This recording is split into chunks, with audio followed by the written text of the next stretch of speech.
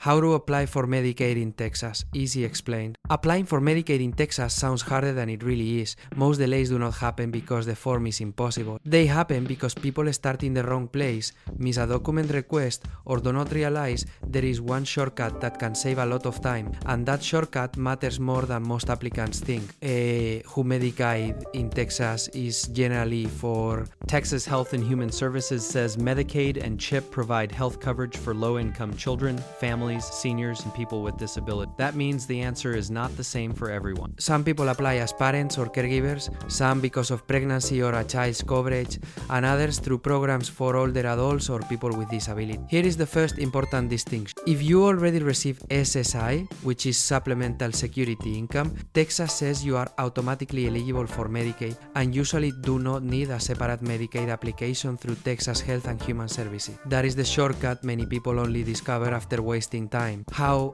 the application actually works. For most people, the easiest way to apply is through your Texas benefits. The state's platform says you can apply online, save and return later, check application status, and upload document. Texas also offers a paper route if you prefer that. The paper forms matter because there are different versions depending on the situation. The state's form page says H1205 is used to apply for Medicaid or CHIP or for help paying for private health insurance, while H1200 is used for Medicaid for the elderly and people with disability. That is why the process feels easier once you stop thinking of it as one giant mystery. In most cases, it is simply the right form, the right program, and the right proof. And if you answer more questions in the application, your Texas Benefits says that can help speed things up. What documents usually matter most, this is where many applications slow down. Texas says it may ask for proof of identity, social security numbers,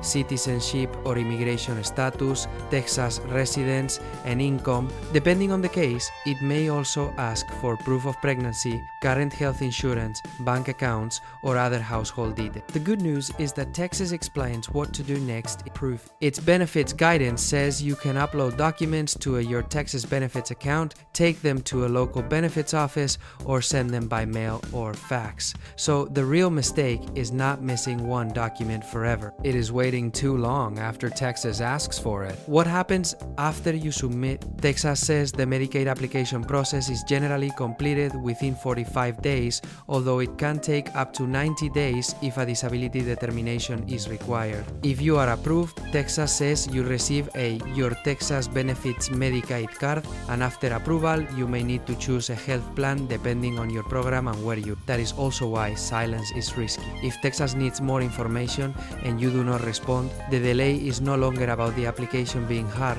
it becomes about the case going unfinished. If your situation is urgent or complicated, it is smart to check with a caseworker or local benefits office. The easy way to think about it? So the simple version is this. Start with your Texas benefits unless your situation clearly calls for a paper form. Gather your identity, residence, and income documents before you begin. Watch closely for any request for proof. And remember the big shortcut. If you already get SSI, Texas says Medicaid is usually automatic. That is what makes the process feel easier. It is usually not about doing something complicated. It is about using the right entry point and responding fast when Texas asks for something. If you enjoyed the video, hit like, and I'll leave a video on screen that may be of interest to you. You can click it to watch. See you next time.